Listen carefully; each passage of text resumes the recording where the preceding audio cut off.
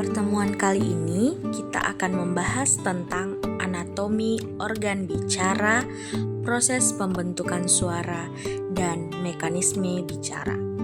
Perkenalkan, nama saya Angelina dengan NIM 2204 0550 0025, kelas C, angkatan 2022. Yang pertama, anatomi organ bicara. Organ bicara adalah kumpulan organ yang terlibat dalam proses pembentukan suara dan mekanisme berbicara. Organ bicara terdiri dari beberapa bagian, yaitu pertama alat artikulasi, di mana alat artikulasi terdiri dari lidah, bibir, gigi, dan rahang. Alat ini berfungsi untuk membentuk suara menjadi bunyi-bunyi, artikulasi, atau kata-kata. Yang kedua yaitu pita suara. Pita suara terletak di dalam laring dan berfungsi untuk menghasilkan suara. Ketika udara melewati pita suara, maka pita suara akan bergetar dan menghasilkan suara. Yang terakhir yaitu paru-paru, di mana paru-paru berfungsi untuk menghasilkan udara yang diperlukan untuk berbicara. Ketika udara dihasilkan oleh paru-paru, maka udara tersebut akan melewati pita suara dan alat artikulasi untuk membentuk suara. Proses pembentukan suara dan mekanisme berbicara melibatkan kerjasama antara organ bicara. Ketika seseorang berbicara, udara dihasilkan oleh paru-paru dan melewati pita suara. Pita suara akan bergetar dan menghasilkan suara yang kemudian dibentuk oleh alat artikulasi menjadi bunyi-bunyi artikulasi atau kata-kata. Pemeriksaan anatomi organ bicara dapat dilakukan untuk mengetahui kondisi organ artikulasi dan strukturnya. Kita lanjut pada proses pembentukan suara. Proses pembentukan suara dapat dibagi menjadi 3 subproses, yaitu pembangkitan sumber, artikulasi, dan radiasi. Organ tubuh yang terlibat dalam proses produksi suara meliputi paru-paru, tenggorokan, laring, faring, rongga hidung, dan rongga mulut. Terdapat suatu lintasan vokal yang terdiri dari faring dan mulut. Bentuk lintasan vokal dapat berubah sesuai dengan pergerakan rahang, lidah, bibir, dan organ internal lainnya. Di mana yang pertama ada pembangkitan sumber.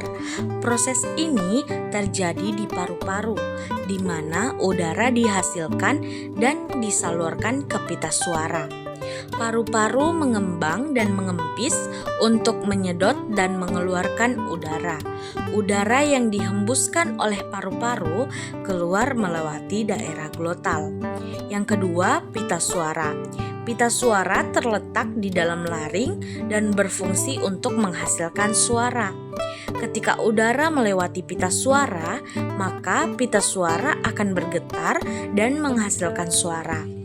Pita suara merupakan sumber bunyi dan digetarkan oleh udara yang keluar atau masuk ke paru-paru. Letak pita suara terdapat pada kerongkongan dan memiliki lubang yang disebut glotis. Apabila dalam kondisi diam, maka glotis akan terbuka. Sebaliknya, glotis akan membuka dan menutup sebagian atau secara penuh ketika sedang berbicara. Dan yang terakhir ada alat artikulasi, di mana alat artikulasi terdiri dari lidah, bibir, gigi, dan rahang. Alat ini berfungsi untuk membentuk suara menjadi bunyi-bunyi artikulasi atau kata-kata. Alat artikulasi bekerja dengan cara mengubah bentuk dan posisi mulut, lidah, dan bibir untuk menghasilkan bunyi-bunyi artikulasi yang berbeda. Untuk melatih organ resonator dalam pembentukan suara dapat dilakukan dengan cara latihan intonasi, latihan artikulasi, dan latihan pernapasan. Latihan intonasi adalah latihan ketepatan penyajian pada tinggi rendahnya sebuah nada kalimat. Latihan artikulasi adalah latihan cara berbicara atau melafalkan kata dan kalimat. Latihan pernapasan adalah latihan untuk menghasilkan peningkatan kapasitas paru-paru agar dalam bernyanyi tidak kehabisan napas. Bagian terakhir kita membahas tentang mekanisme bicara. Mekanisme bicara adalah cara kerja dalam berkata-kata, bercakap, atau berbahasa. Proses pembentukan suara melibatkan beberapa organ tubuh yang bekerja sama, yaitu paru-paru, pita suara, dan alat artikulasi. Berikut adalah penjelasan lengkap tentang mekanisme bicara. Yang pertama, pembangkitan sumber, di mana proses ini terjadi di paru-paru. Udara dihasilkan dan disalurkan ke pita suara. Paru-paru mengembang dan mengempis untuk menyedot dan mengeluarkan udara. Udara yang dihembuskan oleh paru-paru keluar melewati daerah glotal. Yang kedua, pita suara. Pita suara terletak di dalam laring dan berfungsi untuk menghasilkan suara. Ketika udara melewati pita suara, maka pita suara akan bergetar dan menghasilkan suara. Pita suara merupakan sumber bunyi dan digetarkan oleh udara yang keluar atau masuk ke paru-paru. Selanjutnya, alat artikulasi, di mana alat artikulasi terdiri dari lidah, bibir, gigi, dan rahang. Alat ini berfungsi untuk membentuk suara menjadi bunyi-bunyi artikulasi atau kata-kata. Alat artikulasi bekerja dengan cara mengubah bentuk dan posisi mulut, lidah, dan bibir untuk menghasilkan bunyi artikulasi yang berbeda-beda. Selanjutnya, proses fisiologi bicara. Proses fisiologi bicara melibatkan beberapa sistem dan fungsi tubuh, melibatkan sistem pernapasan, pusat khusus pengatur bicara di otak dalam korteks cerebri, pusat respirasi di dalam batang otak, dan struktur artikulasi, resonansi dari mulut, serta rongga hidung. Proses bicara dihasilkan oleh getaran vibrasi dari pita suara yang dibantu oleh aliran udara dari paru-paru. Sedangkan bunyi dibentuk oleh gerakan bibir, lidah, dan palatum atau langit-langit.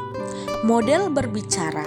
Model berbicara adalah contoh, acuan, ragam, dan sebagainya yang dihasilkan dari aktivitas berbicara. Terdapat beberapa model berbicara, seperti model berbicara searah yang menjadikan pendengar sebagai mitra bicara yang pasif dan tidak dapat memberi umpan balik dari informasi yang disampaikan pembicara. Mekanisme bicara melibatkan koordinasi sistem saraf motoris dan sensoris, di mana organ pendengaran sangat penting. Proses reseptif dan proses dekode juga terlibat dalam mekanisme bicara. Proses reseptif adalah proses penerimaan informasi dari lingkungan sekitar, sedangkan proses dekode adalah proses pengolahan informasi yang diterima untuk diubah menjadi bahasa yang dapat dimengerti oleh orang lain. Itulah tadi penjelasan dari anatomi organ bicara, proses pembentukan suara, dan mekanisme bicara. Sekian dan terima kasih. Jangan lupa like, komen, dan subscribe. Assalamualaikum warahmatullahi wabarakatuh. Bye.